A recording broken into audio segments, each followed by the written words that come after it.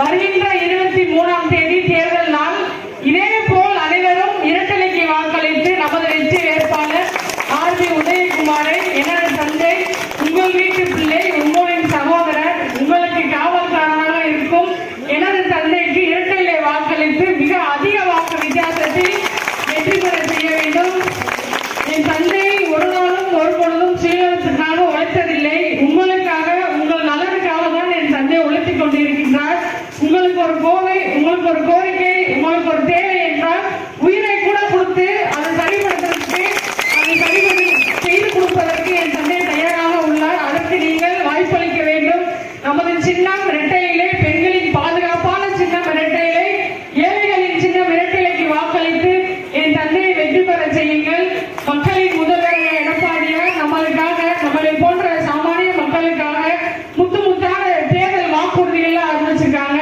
அதனால ஐயா முதலமைச்சர் ஆனவுடன் முதல் கையெழுத்து அனைத்து குடும்ப அட்டைக்கும் 10,000 ரூபாய் அறிவிச்சிருக்காங்க. அதே போல் தரப்போறாங்க. இதை அத்தனையும் இன்னும் நிறைய வாக்குறுதிகள் இருக்கு. 200க்கும் மேற்பட்ட வாக்குறுதிகள்லாம் இருக்கு. அதை அத்தனையும் உங்களிடம் வந்து சேர்ப்பதற்கு என் தந்தைக்கு வாய்ப்பளிங்கள். இரட்டை சின்னத்திற்கு வாக்களிங்கள். மிக அதிக வாக்கு வித்தியாசத்தில் வெற்றி பெற செய்யுங்கள். நன்றி, வணக்கம். முடியாம போயிருமோன்னு எனக்கு ஒரு வருத்தம்.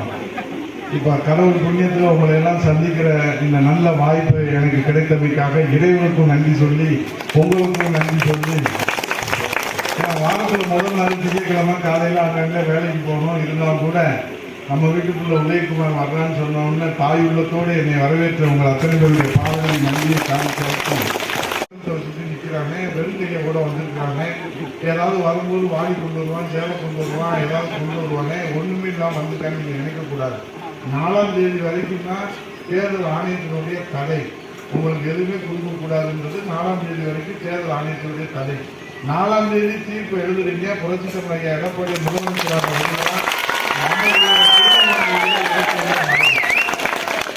எப்படி உதயகுமார் உறுதியா சொல்றாருன்னு சில பேர் கேட்கிறாங்க.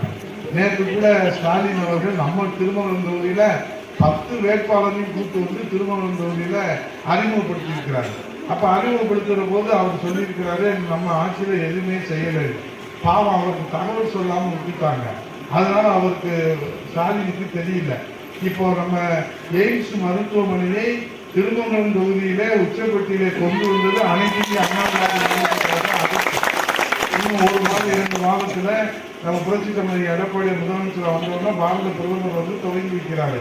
இப்போ திருமணத்திலிருந்து கொல்லம் வரைக்கும் 4 வழிச்சாலை மத்திய அரசிலிருந்து கொண்டு வந்த அந்த திட்டம் இன்றைக்கு அந்த சாலை அமைந்ததற்கு பிறகு திருமங்கலம் இந்திய வரைபடத்திலே முக்கிய தலைநகராக உருவாகக்கூடிய வாய்ப்பு இந்த 4 வழிச்சாலையாக உருவாகிறது.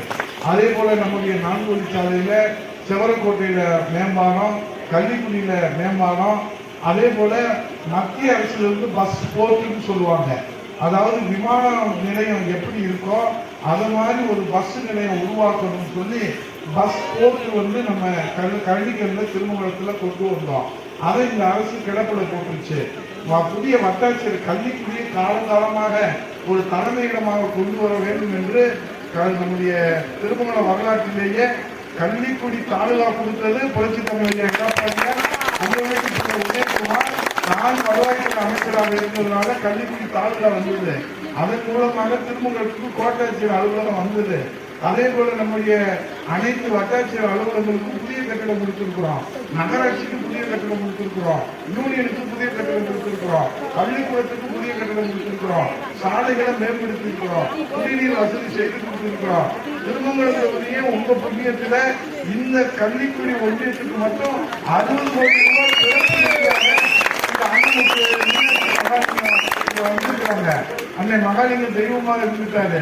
ஆகவே இதெல்லாம் நாங்க செஞ்சிருக்கிறோம். இன்னைக்கு ஸ்டாலின் அவர்கள் என்ன சொல்றாரு, அவங்க அப்பா பேர்ல வச்சிருக்கிற அந்த பூங்காவா ஏதோ ஒரு பேர் வச்சிருக்கிறாரு, லைப்ரரி, அங்க வந்து பெரிய சாதனைன்றாரு. நாங்க கால்நடை பூங்காவுக்காக ஒதுக்கி வச்சிருக்கிற இடத்துல கொண்டு போய் அவங்க அப்பா பேர்ல ஜல்லிக்கட்டு நடத்துறேன்னு சொல்றாரு.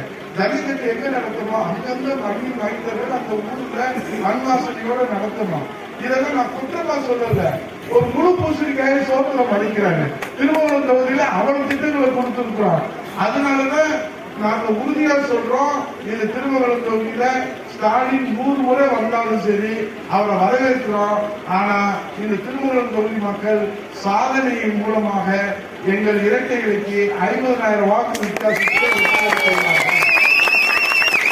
நாம செஞ்சிருக்கிற சேவை இந்த 10 ஆண்டுகளாக நீங்க தொடர்ந்து எங்களுக்கு வாய்ப்பு கொடுத்திருக்கிறீங்க. நீங்க தெய்வமா இருந்து எனக்கு இந்த வாய்ப்பு கொடுத்தத நான் இன்னைக்கு எள் முனை அளவும் கடுகு முனை அளவும் கடன் இல்லை.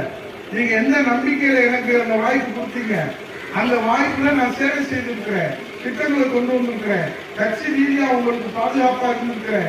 இன்னைக்கு இருக்கக்கூடிய சட்டம் ஒழுங்கு பிரச்சனையில கூட திருமங்கலம் தொகுதியிலே எந்த நிகழ்வும் இல்லாமல் பாதுகாக்கின்ற அந்த பொறுப்பை உங்கள் காவல்காரனாக ஒவ்வொருடைய வீட்டு வாக்குகளில் காவல் காத்துக் அந்த பொறுப்பை உணர்ந்திருக்கிறேன். ஆகவே நிச்சயமாக சொல்றேன், உறுதியாக சொல்றேன், 10 ஆண்டு காலம் நாங்க செய்திருக்கிற திட்டங்கள் அதுக்கு வேணா நீங்க ஸ்டிக்கர் ஒட்டிக்கலாம், நாங்க பெற்ற பிள்ளைக்கு நீங்க பேர் வைக்கலாம். ஆனா அந்த பிள்ளை பேர் சொல்லும் பிள்ளையாக அண்ணா திராவிட முன்னேற்ற கழக இலக்கிய பேரத்தில் உங்க பேரை சொல்றாரு.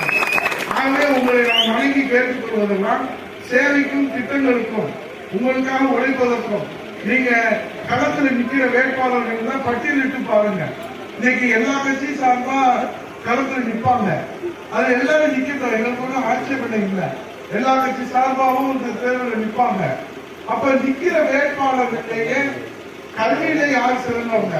இன்னைக்கு நான் பேருந்து கல்வியில மக்களோடு மக்களாக எளிமையாக இருப்பதிலே அதே ஒழுக்கத்திலே நீங்கள் நிக்கிற வேட்பாளர் எல்லாரையும் எடை போட்டு பாருங்கள்.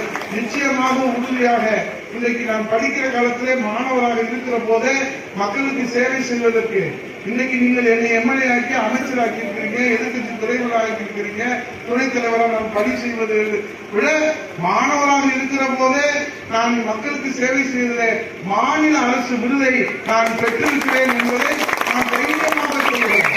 யாரும் சொல்ல சொல்லுங்க. மாணவர் காலத்துல படிக்கிற காலத்துல நாங்க சேவை செய்து மாநில அரசு விருது பெற்றிருக்கிறேன். எங்க பொது விவாதத்துக்கு வேணாலும் நான் வர்றேன். நிக்கிற வேட்பாளர்களிலே இந்த உங்க உள்ளத்துல இந்த உதயகுமாரை எடை போட்டு பாருங்கள், உங்க உள்ளத்துல உயர்ந்திருப்பேன், இலக்கியங்களுக்கு வாக்களிக்க வேண்டும் என்று கேட்டு நன்றி அறிவிக்கிற போது உங்கள் பாதங்களை நன்றியை காணிக்கையாக்கிற போது, வெற்றியை காணிக்கையாக்கிற போது நான் நீங்கள் மகிழ்ச்சி அடைகின்ற வகையிலே நலத்திட்ட உறுதிகளோடு உங்களை சந்திப்பேன் என்பதை சொல்லி போடுங்கம்மா ஓட்டு, போடுங்க தெய்வமே ஓட்டு, போடுங்க சாமி ஓட்டு, போடுங்க ஐயா ஓட்டு.